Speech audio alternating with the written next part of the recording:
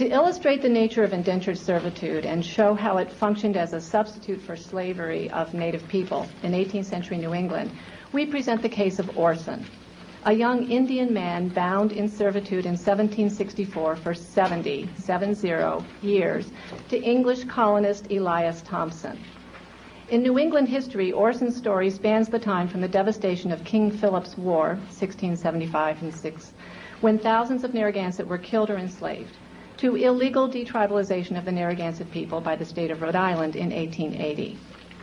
Orson's story fits within two overlapping contexts: colonial conquest and oppression of native people by English colonists, and the Narragansett people's resistance, dispersion, and survival in the face of English colonization. I want to look at a couple key features of the indenture. Orson was identified by first name only, as was his mother. It was common in American slavery for masters to drop the family names of those they enslaved.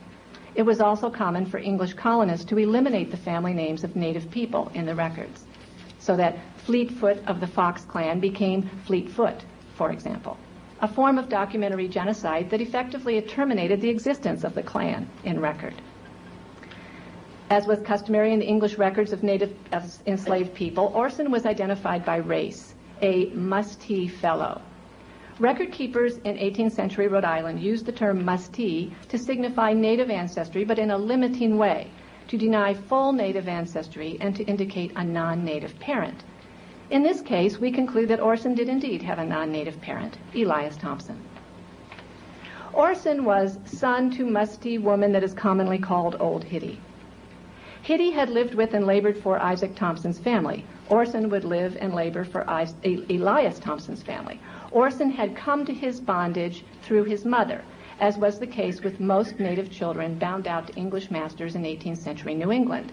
This child inherited his mother's condition.